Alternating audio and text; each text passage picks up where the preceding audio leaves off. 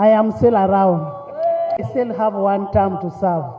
When I finish serving my 5 years in the next term, then I will give it to my young brother, Thomas, to take over. Omanyi nuclear bomb. Ojimanyi? Jaweta nuclear.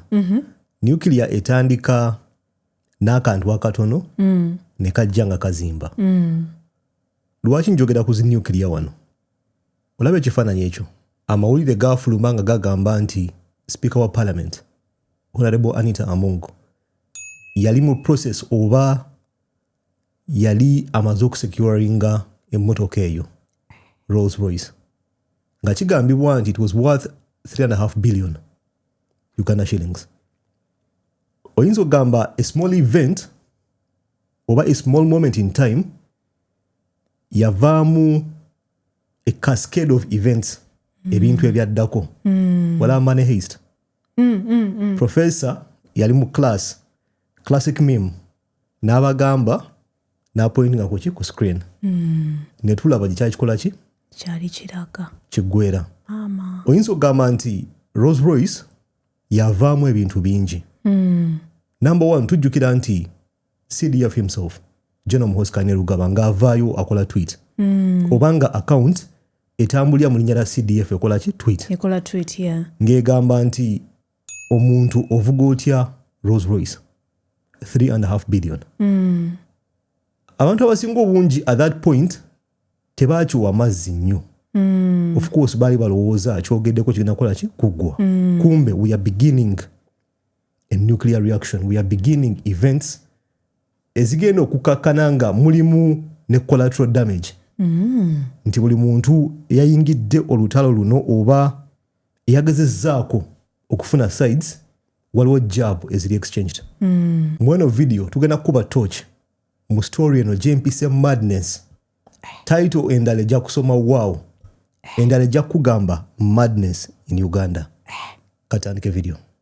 General Muhoozi Kainerugaba guided that all the Patriotic League of Uganda leaning honorable members elect should support the Right Honorable Anita Among for Speaker and Right Honorable Tayewa Thomas for Deputy Speaker of the 12th Parliament of the Republic of Uganda.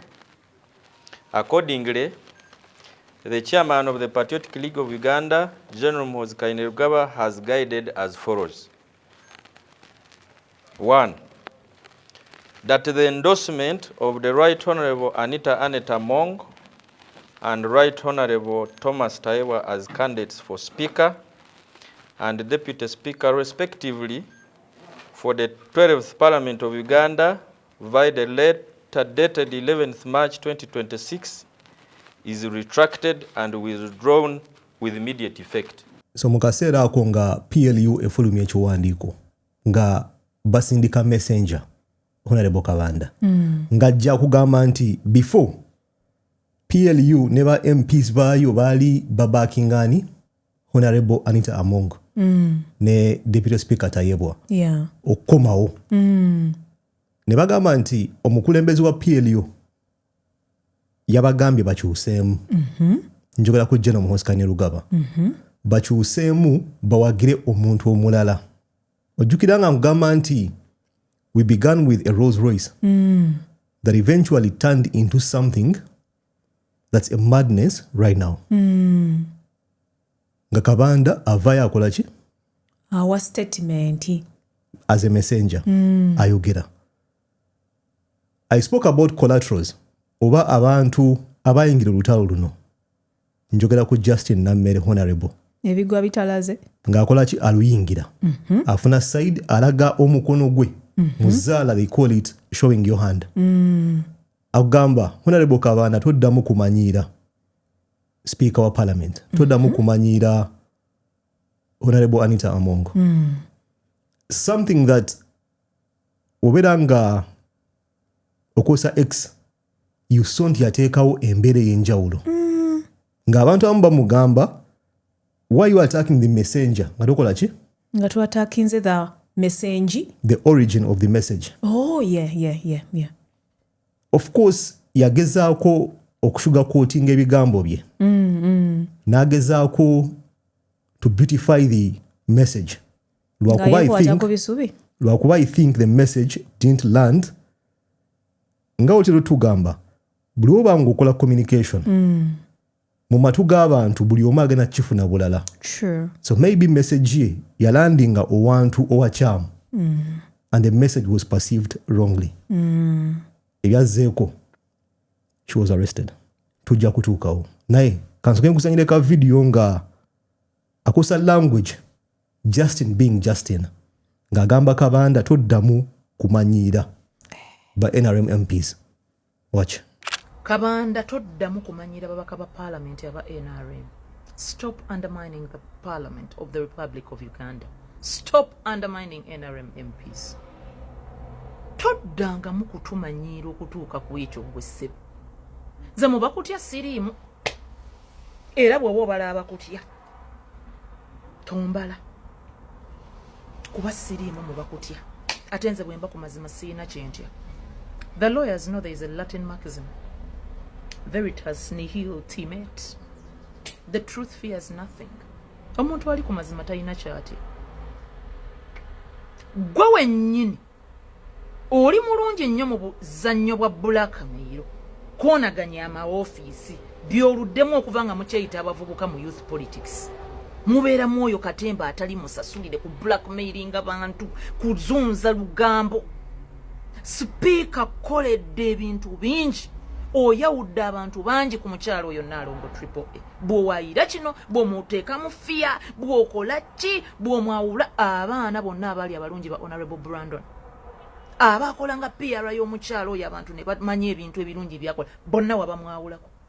Essaawa eno omukazi yamanyi omunaku omukyala ayamba abantu ebirungi byakola abantu babiwulira beewuunya bwewuunya jjojjuuzi namutwalira akakyala akali kalina ebizibu by'obufumbo kakazi katute kamanyi gye kadda mu ddakiika budakiika ng'akawadde obuyambi ddakiika budakiika ng'atadde komenti ku bbaluwa ya Anita wuuyo mumuwete gundi emmotoka y'essomero lye ye mukyala gw'ogamba eno kyaki yeetaaga kino n'abawa ssente oyo mukyala yekwata kereziya wali ekyo erubaga n'agiwa biliyoni 2 mu mpeke cash. So Justin ng'avaayo akola ki?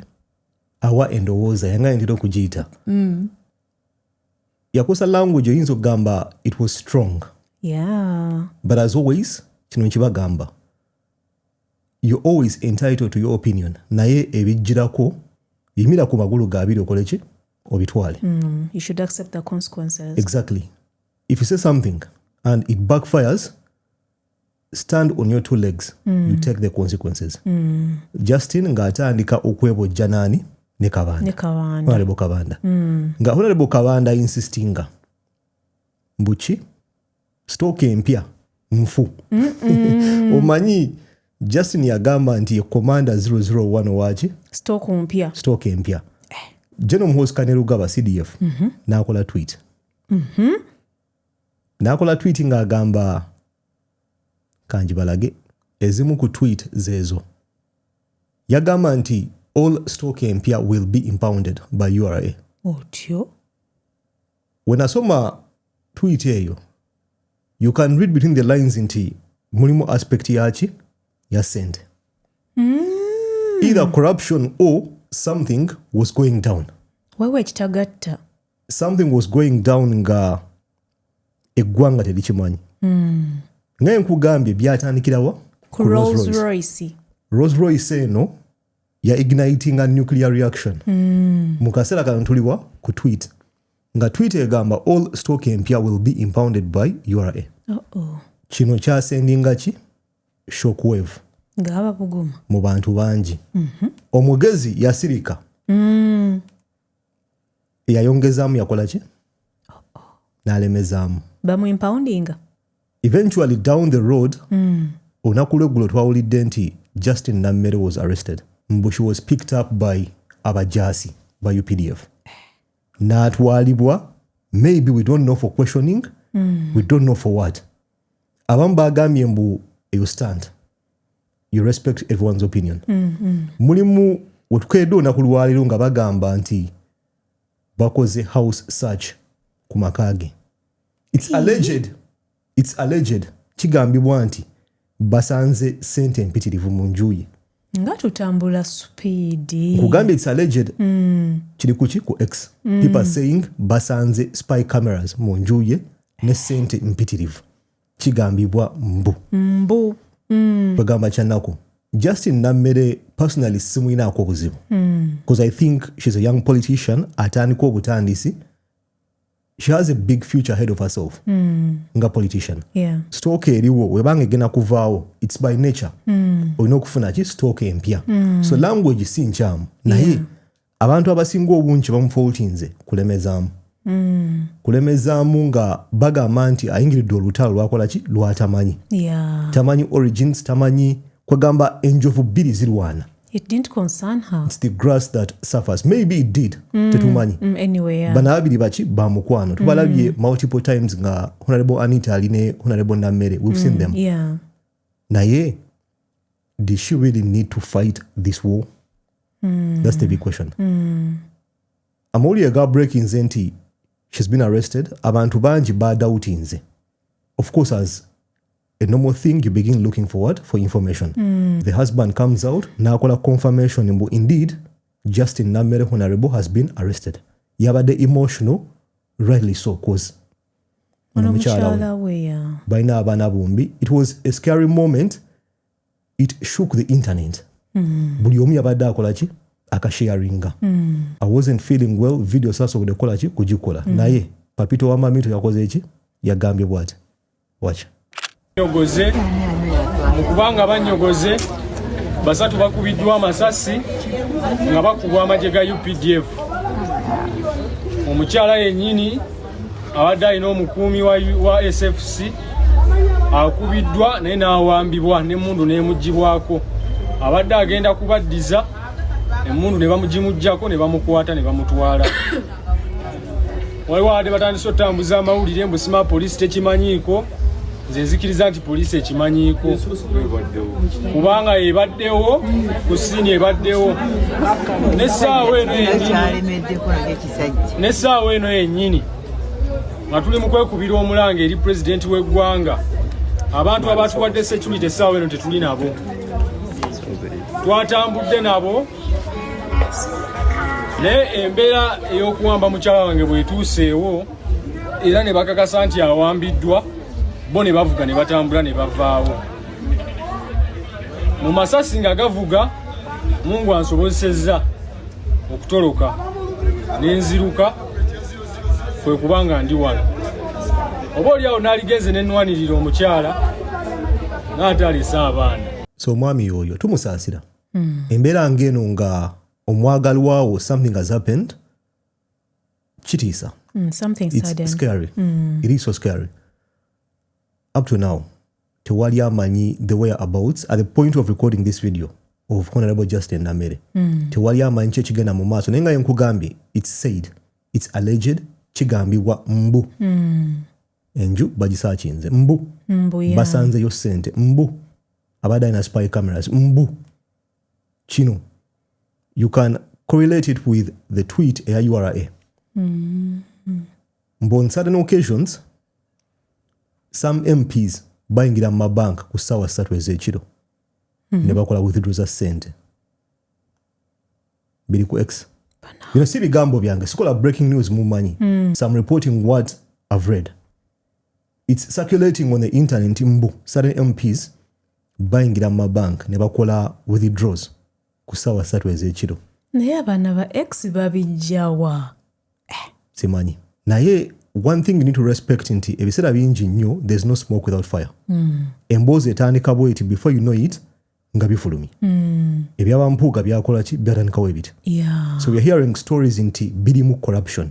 Then you begin reading between the lines of the tweet yani ya CDF. Nga gamba nti stock empya yonna, stock empya will be impounded by URA. Meaning waliwo ekitagatta wano. I don't think this is a case of onaakoze kino. I think it's a case of corruption.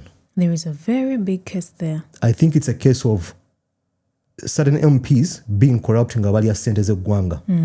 Nga maybe the people responsible finally bagambye enough is enough. Let us act. Naye ate mweno nuclear reaction ekyasinze okukwata eggwanga omubabiro yabadde broadcast yani ya NTV. NTV covered a story nga bagamba nti Honorable Anita Among bamuyise mu State House n'afeesinga general himself. Ngamba general obaawula oli CDF ono general. exactly. N'afeesinga general himself n'amugamba ekya speaker bite nga kigambibwa nti embeera teyabadde nnyangu mu State House omwo nti omuliro gwabaddemu nti general yabadde mukambwe. We've had stories nti general mukambwe nti yabadde mukambwe nti nga ne pini osobola okujuulya ng'ekola ki ng'egwa nga they are questioning mbu according to NTV Honorable Anita Among sent was ijjawo. You've seen the pictures. Nade nkubuuza olunaku lw'eggulo it's not normal mpozi nga nze ni munnakyalo wano wendi nyambadde mega nyambadde ndoze emitwalo 5 ukitegera nyambadde emitwalo ejja kofira kale nyina microphone y'ebbeeyi nyambadde emitwalo egi 5 wendi wano si kya bulijjo. Okay, maybe nga fashion badge ripping off omuntu okubanga oyina engoye za million 45 ukitegera it's not a normal thing. If it's your money indeed nga it can be proven nti sente zizo it's okay.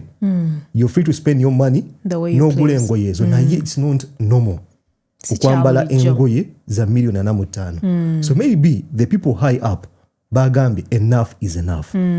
Enough is enough, let's pull the plug.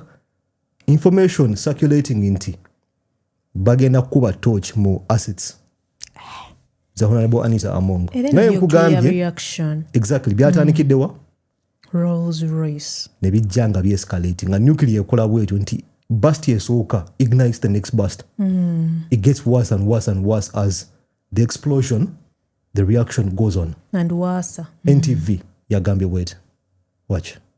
Mu kire kikeseze encha yaliro bannayuganda abasinga nga beebase abakungu ab'ensonga mu ggwanga babadde mu kafubo makagoba president okubaka ensonga ez'essimba ze bakkaanyaako naddala ku nsonga z'obukulembeze bwa paalamenti y'eggwanga newankubadde sitwakiriziddwa okubeera mu lukiiko luno twakitegedde nti lwetabiddwamu omukulembeze w'eggwanga mwenye Yoweri Kaguta Museveni eyaliko sipiika wa paalamenti ey'eggwanga Rebecca Alitwala Kadaga abadde sipiika wa paalamenti ey'akavaako Anita Among akulira Episcopal Conference Bishop Anthony Ziwa akulira ekkanisa z'abapentekooti Moses Odong akulira ekitongole ki CMI okugasa n'abakulu ab'enno n'abalala. Kalondozi waffe eyabadde alumika emboozi eno yatugambye nti ekisenga omu abadde abakulu bano kyabadde kijjudde akasiriikiriro nga buli omu alinga asoma ebirowoozo bya munne amaaso nga beetunuliza gakalyolyongo embeera bwe yabadde okutuusa omukulembeze w'eggwanga bwe yakubye oluggi n'ayingira mu kisenge kino.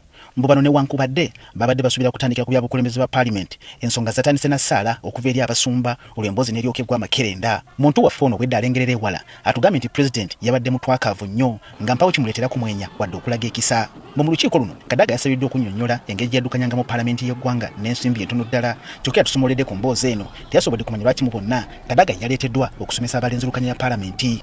Ngero obujulizi bwaleeteddwa nga buli omu ku babadde mu lukiiko luno okwekukuutiriza ko n'okutinkiza n'abatali makambugu n'ekibiina ki NRM nga n'omu ku boogerako mulangira. Newankubadde situnawe wabituufu ebyabadde mu lukiiko luno twakitegedde nti ababaddemu basabiddwa okutandika okuyigira omubaka owa West Budama Central Jacob Oboth obuwagizi nti yabadde mu kifo kya sipiika kinaalanga gye. Mulengera waffe eyabadde akumidde eriiso ku luggi omwabadde olukiiko luno yatugambye nti wabaluseeko akavuvuŋŋano Among bwe yalumiriza Kadaga nti yamutulira ku kisaabo n'amuloga okumubuzaako emirembe olwabungeeta okukira ku musana. Mbu ne Kadaga teyamulinze kukakkana n'amubakira naye n'amulumiza nti ekamuli ku kyalo mbulamu tijawangaalira yatandika okuwulira ebikona mu kiro n'akakasa ddala nti omukyalo yamukwatira mu bigali n'amusindikira ebyokoola ebimubuzizzaako ejja n'akakaawa. Mbu Among bamukaliddemu ne bamubuuza gye yajja omutete gw'ensimbi gwe yaguze emmotoka ekika kya Rolls Royce efuuse ensonga ensangi zino bwe yalaba ebituuse wano n'asaba abakulu bakkakkane olwo n'abannyonnyola nti waliwo omukwano gwe eyagimugemulira ng'ekirabo kale nga tegwana kubanuula nsingo. Of course if yafuna gift this is okay. Singa omuntu cause engalo tezenkana naye wozifunya zikola ki zenkana ya gwe oba oli mu kaliba nga yo gifts mutwalo gumu 15,000 kaswito kitegere mulimu abantu nga bali mu kaliba zaki Rolls Royce 3.5 billion tetugenda kiwakanya naye if it's proved nti yali gift then it's okay but if it's government money, people's money, taxpayers money, then we have a problem. A big problem. Tulina obuzibu obunene nga bagambye nti jeno yadda ayina empapula nga munyiivu tweyongereyo. Bano bwedda betetegulanga omukulembeze w'eggwanga Yoweri Kaguta Museveni atudde mu kasonda awabadde ttale ezizimeera kyokka mu ngalo ze ng'akutte ebiwandiiko omwabadde obujulizi obulumika Among engeri gy'abadde adibuddamu ensimbi amakubo mwazijja ko n'obulyake bwazze yeenyigiramu ekyaleetedde Among okwenyentererwa emmeeme. Muntu waffe ono yatugambye nti President yabulidde Among kati nti bwe kiba kisoboka ate era nga kiyamba ye yeewalire ddala okuddamu okweyisa mu lukale oba mu bantu abangi okumala ebbanga eggere kakuba okwesembereza bannamawulire newankubadde teyakimugambye mu lwatu nti ekkomera amutaddemu lya kumukuumira amakaage kiyite house arrest. President yatunudde mu munye y'akadaaga n'amutegeeza nti mu kabineeti ejja teyeebaliramu ekifo wa kumuwa kirala naye kyatawakanyiza. Tukitegedde nti okumanya nga ebya Among si birungi mbu n'abamu ku bakumi be bakendeezeddwa lwakuba situnnamanya bameka. Mu lukiiko luno abadde amyuka Sipiika Thomas Tayebwa teyabaddemu wadde Jacob Oboth ayogerwako kyokka na kati ekinnamanyika oba Tayebwa ye yasigaza ekifo kye oba woofiisi ya Sipiika yonna yayereddwa. Ensonga zino okukyukira Among zatandikira ku akulira ekisinde ki PLU era aduumira amagye g'eggwanga General Muhoozi Kainerugaba bw'ayita ku kibanja ky'alina ku mukutu ogwa X n'alangira nga bwe bamenyeewo okusalawo kwe baali bakoze okwokuwagira Among okuba Sipiika ng'amulanga okwejaka n'agula emmotoka ekika kya Rolls Royce naye kennyini mutabani w'omukulembeze w'eggwanga gy'atatuulangamu. Waliwo ebintu by'otunuulira n'osigala nga tolina bigambo byakuzzaako kwegamba bikusindika mu shock oba tomanyi nzizeeko ki. Bwe twali tukula twalinanga planned kids oba the favorite child at home naye ng'olunaku ddaddi lwamukubyeko ensi yonna oba kaŋŋambe ennyumba yonna ebeera esirise nga bagamba olaba oyo babukutteko kati ffe abasigadde buli omu agenda akole gwalina okukola ki gwalina okukola. Personally I think tuli mu situation bwetyo nti olaba Justin Namere Anita Among bakwatiddwako kati ffe abasigadde buli omu agenda akola omulimu gwe alina okwoza ebintu wanditandise kwoza ngo bagambye agenda alongoosa olujja oludde nawo. Right now I think the best we can do is to watch and wait kubanga anything can happen. Developing story naye nga wenkugambye read between the lines.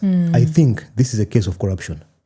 Ate nga ndowooza omuntu yenna ali corrupt mu ggwanga essaawa zino obulamu buyinza okubeera obuzibu in the coming few years. Katulinde but wetusigala ku eno trajectory I think it's a good thing. We have a problem of corruption mu ggwanga. It's a big problem. Buli wamu wolaga buli department muwolaga mulimu abantu bali corrupt. So eno trajectory njagadde of fishing out omuntu yenna ali ki corrupt. Nkugambye these are allegations. These tetulina proof of any of this. Tujja kulinda tulabe what ekinaavaamu. Maybe towards the end Honorable Anita Among will be innocent nga zino sente zize.